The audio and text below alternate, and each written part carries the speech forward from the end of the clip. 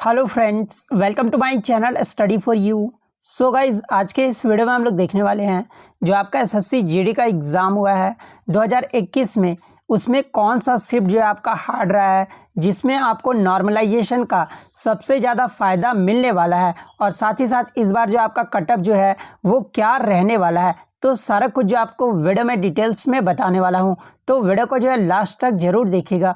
और आपसे रिक्वेस्ट करता हूं, अभी तक आपने मेरे चैनल को अगर सब्सक्राइब नहीं किया है तो एसएससी जीडी से रिलेटेड पल पल की अपडेट के लिए जो है चैनल को सब्सक्राइब ज़रूर कर दीजिएगा। और बगल में ही आपको एक बेल आइकन यानी घंटे का निशान भी दिख रहा होगा, तो आप उसी भी जो ज़रूर प्रेस कर दीजिएगा। तो चलिए वीडियो को स्टार्ट करते हैं। तो सबसे पहले हम लोग बात कर लेते हैं आंसर की के बारे में, क्योंकि बहुत सारे बच्चे जो है अपना आंसर की अभी भी चेक नहीं कर पाए हैं। जब आप आंसर की पे क्लिक करोगे ना, तो इस प्रकार से जो है आपका विंडो खुलकर आ रहा है। तो देखिए, इसका मतलब मैं आपको बता दूं कि आपका जो आंसर की है ना, ये 25/12/2021 यानी 25/12/2021 शाम 5 बजे से जो है आप अपना आंसर की जो है वो चेक कर सकते हैं। तो जिन भी कैंडिडेट्स ने अगर अपना आंसर की चेक नहीं किया है तो उनको कोई दिक्कत नहीं है। आप 25/12/2021 5 बजे शाम से जो है अपना आंसर की चेक कर सकते हैं। अब हम लोग बात कर लेते हैं कि कौन सा शिफ्ट जो आपका हार्ड शिफ्ट रहा था, कौन सा शिफ्ट आपका मॉडरेट रहा था, और कौन सा शिफ्ट जो है आपका इजी रहा था। तो जैसा कि आपको पता है कि 2021 में जो आपका एग्ज़ाम डेट निर्धारित किया गया था एसएससी जीडी का, वो आपका 16 नवंबर, 17 नवंबर, 18, 22, 23, 24, 25, 26, 29, 30 नवंबर में, इस डेट में जो आपका एसएससी जीडी का एग्ज़ाम लिया गया था। उसके बाद अगर मैं बात कर लूँ दिसंबर में, तो 1 दिसंबर, 2, 3, 6, 7, 8, 9, 10, 13, 14, 15 ये दिसंबर में जो है आपका एसएससी जीडी का एग्जाम लिया गया था। अब बात कर लेते हैं कि कौन सा शिफ्ट आपका हार्ड रहा था। तो सबसे पहले हम लोग नवंबर से शुरू कर लेते हैं। तो 16 नवंबर में फर्स्ट शिफ्ट जिनका भी एग्जाम रहा था वो आपका इजी शिफ्ट रहा था। सेकंड शिफ्ट की बात कर ले तो सेकंड आपका जो है हार्ड शिफ्ट रहा था। थर्ड की बात कर ले तो नॉर्मल आपका जो है थर्ड शिफ्ट रहा था। और इसके बाद मैं आपको ये भी बताने वाला हूँ कि अगर आपका हार्ड शिफ्ट रहा है तो आपको नॉर्मलाइजेशन में जो है कितने मार्क्स आपके बढ़ जाएंगे, नॉर्मल में जो आपके कितने मार्क्स बढ़ेंगे, और इजी में जो आपका कितना मार्क्स जो है वो बढ़ने वाला है।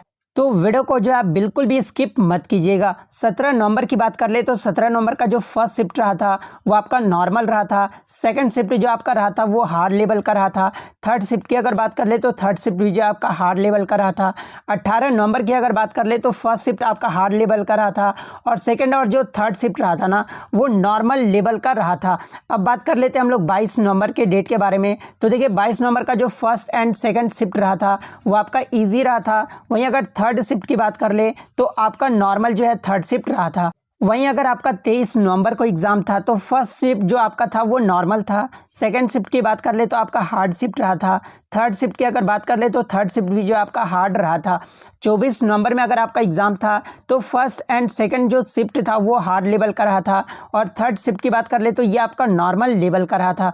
25 नवंबर की अगर बात कर ले तो फर्स्ट एंड सेकंड जो शिफ्ट था ना वो आपका इजी था। थर्ड शिफ्ट की बात कर ले तो आपका नॉर्मल लेवल का पेपर था। उसके बाद बात कर लेते हैं 26 नवंबर के बारे में। तो 26 नवंबर का जो फर्स्ट शिफ्ट था वो आपका इजी था। सेकंड शिफ्ट जो था वो आपका हार्ड लेवल का था, और थर्ड शिफ्ट जो था वो आपका नॉर्मल लेवल का था। 29 नवंबर की अगर बात कर ले तो 29 नवंबर में जो 3 शिफ्ट लिए गए थे ना, तीनों शिफ्ट जो आपका जो था वो हार्ड लेवल का था।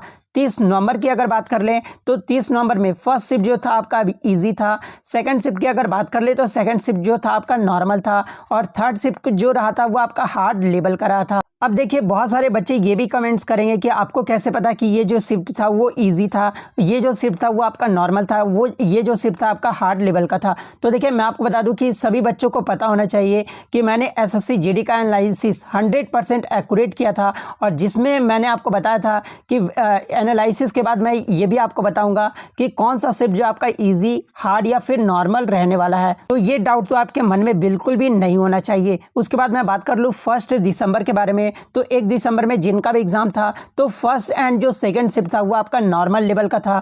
थर्ड शिफ्ट की बात कर ले तो आपका हार्ड लेवल का था।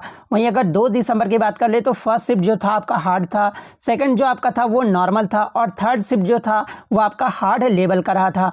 वहीं अगर मैं बात कर लूँ 3 दिसंबर के बारे में तो फर्स्ट शिफ्ट आपका ईजी था, सेकंड और जो थर्ड शिफ्ट था ना वो आपका हार्ड लेवल का था। 6 दिसंबर के सभी शिफ्ट जो थे यानी first, second and third shift, सभी शिफ्ट जो थे वो आपके हार्ड हार्ड लेवल के थे। नेक्स्ट बात कर लेते हैं 7 दिसंबर के बारे में। तो देखिए 7 दिसंबर में जो फर्स्ट शिफ्ट था आपका हार्ड लेवल का था और जो सेकंड और थर्ड शिफ्ट था ना वो आपका नॉर्मल लेवल का था। अब बात कर लेते हैं 8 दिसंबर के बारे में। तो 8 दिसंबर में फर्स्ट एंड थर्ड जो शिफ्ट था वो आपका हार्ड लेवल का था, सेकंड जो शिफ्ट रहा था वो आपका इजी लेवल का था। बात कर ले 9 दिसंबर के बारे में। तो 9 दिसंबर में फर्स्ट एंड जो सेकंड शिफ्ट था ना वो आपका इजी लेवल का था। वहीं अगर थर्ड शिफ्ट की बात कर ले तो आपका हार्ड लेवल का था।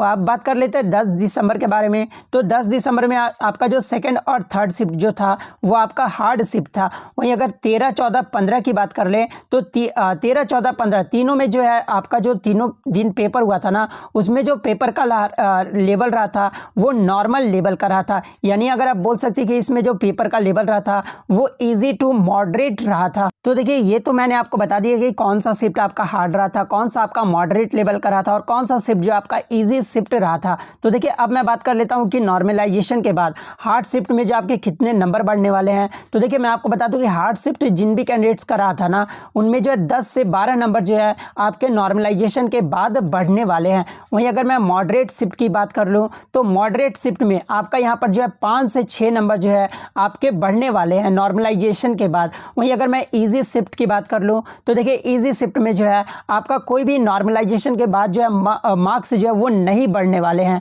तो ये डाउट भी जो आपका क्लियर हो गया होगा कि नॉर्मलाइजेशन के बाद जो है आपके कितने मार्क्स जो है वो बढ़ने वाले हैं। अब हम लोग बात कर लेते हैं एसएससी जीडी के कट ऑफ को लेकर। तो देखिए इस बार जो एसएससी जीडी का आपका कट ऑफ रहने वाला है। देखिए मैं आपको पहले बता दूं कि अगर आप हाई कट ऑफ स्टेट से फॉर्म अगर भरे हैं, जैसे कि हाई कट ऑफ स्टेट आपका कौन कौन सा है तो हरियाणा, राजस्थान, उत्तर प्रदेश, बिहार, मध्य प्रदेश, उत्तराखंड, दिल्ली, महाराष्ट्र, चंडीगढ़, गोवा, इन राज्यों से अगर आप फॉर्म भरे हैं ना तो आपका जो इस बार कट ऑफ है वो सबसे हाई रहने वाला है। वहीं अगर मैं बात कर लूँ मीडियम कट ऑफ स्टेट के बारे में तो अगर आप मीडियम कट ऑफ स्टेट से फॉर्म भरे हैं जैसे कि अरुणाचल प्रदेश, झारखंड, असम, मणिपुर, गुजरात, हिमाचल प्रदेश, छत्तीसगढ़, तेलंगाना, वेस्ट बंगाल, मिजोरम, मेघालय, नागालैंड, पंजाब, इन राज्यों से अगर आप फॉर्म भरे हैं ना तो आपका जो इस बार कट ऑफ है वो मीडियम रहने वाला है।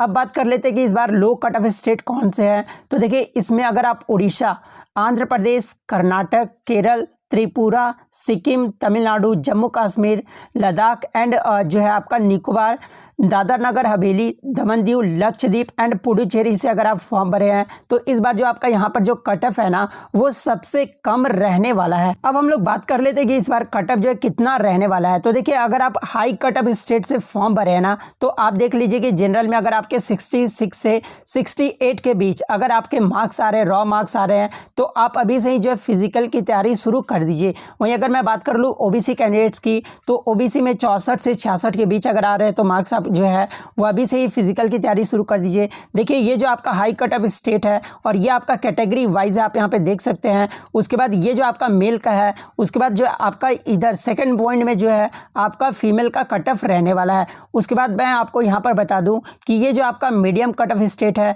अगर आप इस स्टेट से फॉर्म भरे हैं तो आप देख लीजिए कि इस कैटेगरी में अगर आप बिलोंग कर रहे हैं तो आपके इतने रॉ मार्क्स जो है होना जरूरी है। तो ये सारा कट ऑफ जो आप देख लीजिए कि आप जिस भी अगर मीडियम कट ऑफ स्टेट से फॉर्म भरे हैं तो आप देख लीजिए, लो कट ऑफ स्टेट से अगर आप फॉर्म भरे हैं तो आप कैटेगरी वाइज जो अपना जो है कट ऑफ आप देख सकते हैं। और मैं आपको 100% ये गारंटी देता हूँ कि आपके इससे ज़्यादा जो है रॉ मार्क्स, इससे ज़्यादा कट ऑफ नहीं रहने वाला है। तो अगर वीडियो अच्छी लगी हो तो वीडियो को जो है लाइक ज़रूर कर दीजिएगा। इसके अलावा कोई भी अगर आपको डाउट है तो आप कमेंट्स करके जो है पूछ लीजिएगा। मैं नेक्स्ट वीडियो में जो आपके क्वेश्चन का जो जवाब है आपको दे दूँगा। तो अगर चैनल पर नए हैं तो चैनल को सब्सक्राइब ज़रूर कर लीजिएगा, क्योंकि कोई भी एग्ज़ाम का जो रियल एनालिसिस होता है ना सबसे पहले आपको 100% रियल एनालिसिस आपको इसी चैनल पर मिलता है। तो चैनल को सब्सक्राइब करना बिल्कुल भी मत भूलिएगा। तो मिलते हैं नेक्स्ट वीडियो में, तब तक thank you, all the best.